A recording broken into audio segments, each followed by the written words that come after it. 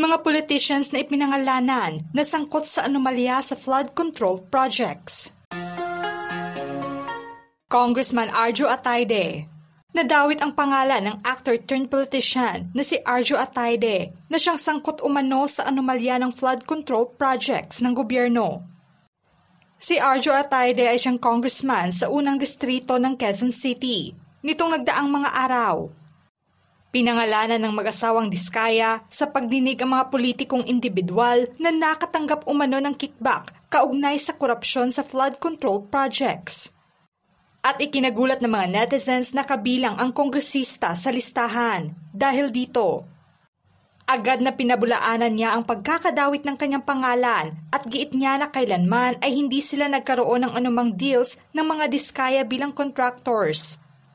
Matapos niyang itinanggi ang aligasyon, kumalat naman ang larawan niya kasama ang mag-asawang Diskaya. Agad naman niyang binigyang linaw na hindi umano planado ang pagkikita nila na nangyari noong 2022 pa. Ipinagtanggol naman si Arjo ng kanyang asawang si Maine Mendoza at sinabing walang katotohanan umano ang pagdawit sa pangalan ng kanyang asawa dahil nagtatrabaho umano ito ng maayos. Senator Cheese Escudero. Nadawit din ang pangalan ni former Senate President Cheese Escudero sa korupsyon ng flood control projects.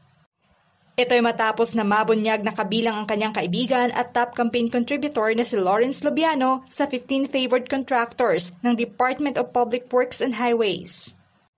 Nakapagbigay ng kontribusyon si Lubiano sa 2022 campaign noon ni Escudero sa halagang 30 million at ang 20% cash donations.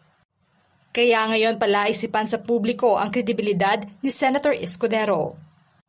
House Speaker Martin Romualdez. Iginiit naman ni Speaker Romualdez na wala siyang kinalaman sa issue ng flood control projects, kabilang na ang paggamit ng ilang politiko sa kanyang pangalan na walang consent. Sa kanyang pahayag, wala akong kinalaman, wala akong pahintulot, at wala akong basbas sa mga ganyang gawain. At kung ginawa nila iyon para kumita, sila ang mandaraya at sila ang dapat managot. Walang sino man ang kayang manuhol sa akin. Alam iyan lahat ng House members. Bukas naman ang panig ni President Bongbong Marcos na imbestigahan ang kanyang pinsan na si Speaker Romualdez upang mapatunayan kung totoo o hindi ang aligasyon laban sa kanya. Senator Jinggoy Estrada. Not safe pala. Ganito ang hirit na komento ng mga netizens sa pagkakadawit ngayon ni Senator Jinggoy Estrada sa korupsyon. Sa patuloy na pagdinig sa anomalya ng flood control projects, binasag ni former Bulacan 1st District Assistant Engineer Bryce Hernandez nitong Martes ang akusasyon at itinuro ang senador na kabilang sa korupsyon. Nitong mga nagdaang araw kasi bago palitan si Senator Rodante Marcoleta bilang pinuno ng Senate Blue Ribbon Committee, nag-viral ang hirit nito kay Senator Jinggoy na safe ka na. Ay tila na bago ang ihip ng hangin ngayon at nadawit nga ang pangalan niya sa pahayag ni Engineer Hernandez. Kung tatanungin niyo po ako kung sino o kanino kami naging dagman, sabi ni Senator Marcoleta kahapon, ligtas ka na, hindi po ito totoo. Si Senator Jinggoy po ay nagbaba ng 350 million pesos ngayong 2025 sa ilang projects sa Bulacan. Ang kanyang SOP dito ay 30% as per our district engineer, Henry Alcantara. Deliver ito nung lumabas ang mga item na ito sa GAA o General Appropriations Act. Pinabulaanan naman ito ng senador at aniya na hindi umano totoo ang aligasyon laban sa kanya. Hinamon naman niya si Hernandez na sumailalim sila sa lie detector test dahil kasinungalingan umano ang mga sinasabi nito. Senator Joel Villanueva. Kabilang din sa ipinangalanang politicians na sangkot sa anomalya ng flood control projects si Senator Joel Villanueva. Kasabay ng pagkadawit ng pangalan ni Senator Jinggoy ay inamin din ni former Bulacan 1st District Assistant Engineer Bryce Hernandez na kasali ang senador sa korupsyon. At nakatanggap umano ng kickback na nasa 30% di umano sa ilang floodgates at pumping station projects sa Bulacan. Pinabulaanan din ni Senator Villanueva ang sinasabi ni Hernandez. Hindi naman matatakot ang senador sa demolition job na mangyayari sa pahayag niya. Mr. President, hinahanap pa ba natin ang mastermind? Dito rin po sa bulwagang ito unang nasabi yung binabanggit kahapon ni Senate President Escudero. A name that cannot be mentioned. Walang iba kundi si Dracula na ginawang tagapagbantay ng kamera doon po sa National Blood Bank natin. Congressman Roman Romulo. Itinanggi naman ni Pasig City Congressman Roman Romulo ang pagkakadawit ng kanyang pangalan sa mga kurakot na politikong ipinangalanan ng mag-asawang Diskaya. Ayon sa mga Diskaya na ang kabilang sa listahan ay nagdemand umano ng 10 to 25% share sa mga proyektong naipanalo nila sa bawat bidding. Pinabulaanan ng kongresista ang aligasyon at sinabing kailanman ay wala siyang koordinasyon sa mga biddings. Hinamon naman niya mga Diskaya na magpresenta ng klarong ebidensya. Ipinagtanggol naman ni Pasig City Mayor Vico Soto ang kaalyansa at sinabing ang dami umanong inconsistency sa mga pahayag ng mag-asawang Diskaya. Congressman Jojo Ang. Itinanggi ni Congressman Jojo Ang ng Uswag Ilonggo Representative ang pagkanta sa kanya ng mga Diskaya. Nakabilang siya sa mga kurakot na politiko sa flood control projects. Binigyang linaw din ng kongresista na hindi siya tumatanggap ng koleksyon galing sa mga contractors pag-amin niya na ikinagulat niya nang mabanggit ang kanyang pangalan. Nanawagan naman siya sa publiko na suriing mabuti ang katotohanan. Congressman Patrick Michael Vargas. Idiniin ni Congressman Michael Vargas ng Quezon City na walang katotohanan ang mga sinasabi ng mag-asawang Diskaya laban sa kanya. Nilinaw pa niya na walang proyekto sa kanilang distrito ang pagmamay-aring construction firms ng mga Diskaya. 100% not true. Ano kaya ang motibo nila? Walang project ang mga Diskaya sa district natin, kailanman. Magsasampa umano siya ng kaso laban na sa mag-asawa.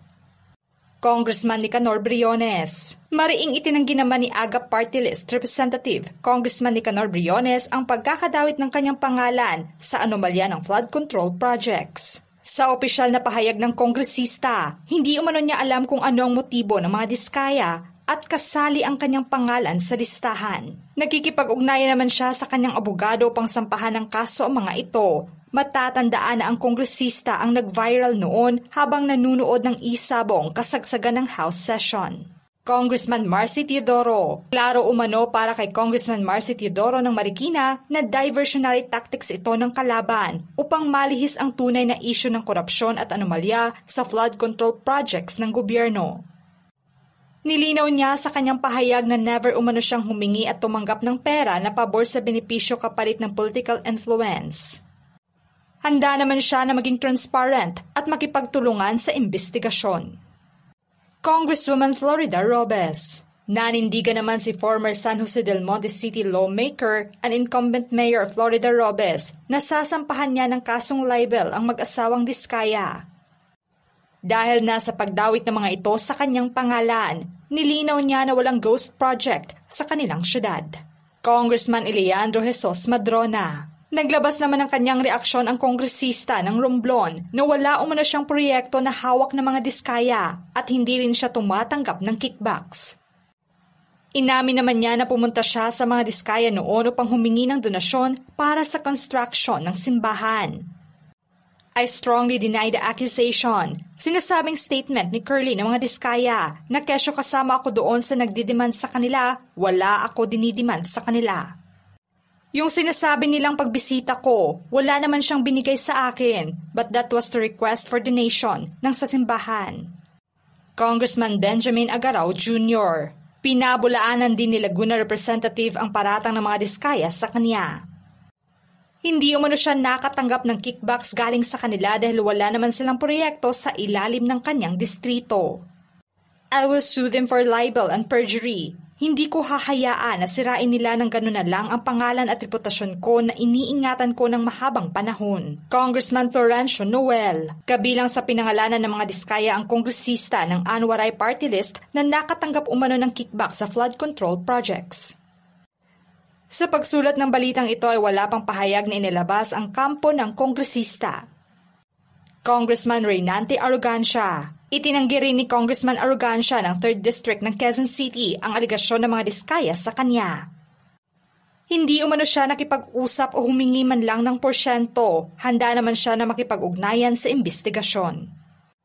Congressman Marvin Rillo, tulad ng ibang kongresista, todo deny din ang kongresista ng Quezon City. Nilinaw niya na kailanman ay hindi niya ginamit ang pangalan ni Speaker Martin Romualdez upang makatanggap ng kickback. Handa rin siyang kasuhan ang nagdawit sa kanyang pangalan at hindi niya hahayaang madungisan ang kanyang pangalan. Congressman Leo Di Tariala, direktang nilinaw ng kongresista na wala umano siyang kinalaman sa prosesong ito. Giit niya na trabaho ng DPWH ang pagpopondo ng malalaking proyekto tulad ng flood control projects at hindi ito trabaho ng mga kongresista. Congressman Teodoro Haresco, kabilang sa pinangalanang politiko na nakatanggap umano ng kickback sa flood control projects si former Congressman Teodoro Haresco ng 2nd District ng Aklan. Kabilang nga sa nilaglag ng mga diskaya ang kongresista, wala pang inilabas na opisyal na pahayag ang kanyang kampo upang linawin ang alekasyong ito. Congresswoman Antonieta Yodela, alegasyong nakatanggap din ng kickback si Congresswoman Antonieta Yodela ng Zamboanga, Sibugay. Humirit naman ng komento ang mga lokal na kwenestyon muli ang pagboto ng kongresista sa yes to impeachment ni Sara Duterte noon. At ang pagkakadawit niya ngayon sa korupsyon na tila may kaugnayan di umano. Congressman Dean Asistio, pinabulaanan din ni Caloocan Congressman Dean Asistio ang pagkakadawit niya sa korupsyon ngayon. Tunay na nagkaroon ng proyekto ang mga diskaya sa kanilang lugar, ngunit ang nangangasiwa lamang nito ay ang DPWH. Pagdating na sa assessment at awarding ng mga proyekto, sinigurado naman niya na magkikita sila sa korte ng mga diskaya at sasampahan ito ng kaso. Congresswoman Marivic Copilar. Opisyal na dumalo naman sa pagdinig si Congresswoman Marivic Copilar ng Quezon City. Harap-harapang sinabi niya kay Curly Diskaya na ito ang kauna-unahang pagkikita nila. Ni anino nito ay hindi pa niya nakita noon. Inamin naman ni Diskaya na ngayon lang sila nagkita. Iginiit ng kongresista na kailanman ay hindi siya tumanggap ng kickback. Ano ang masasabi niyo sa mga politikong sangkot sa anomalya sa flood control projects? Just comment below.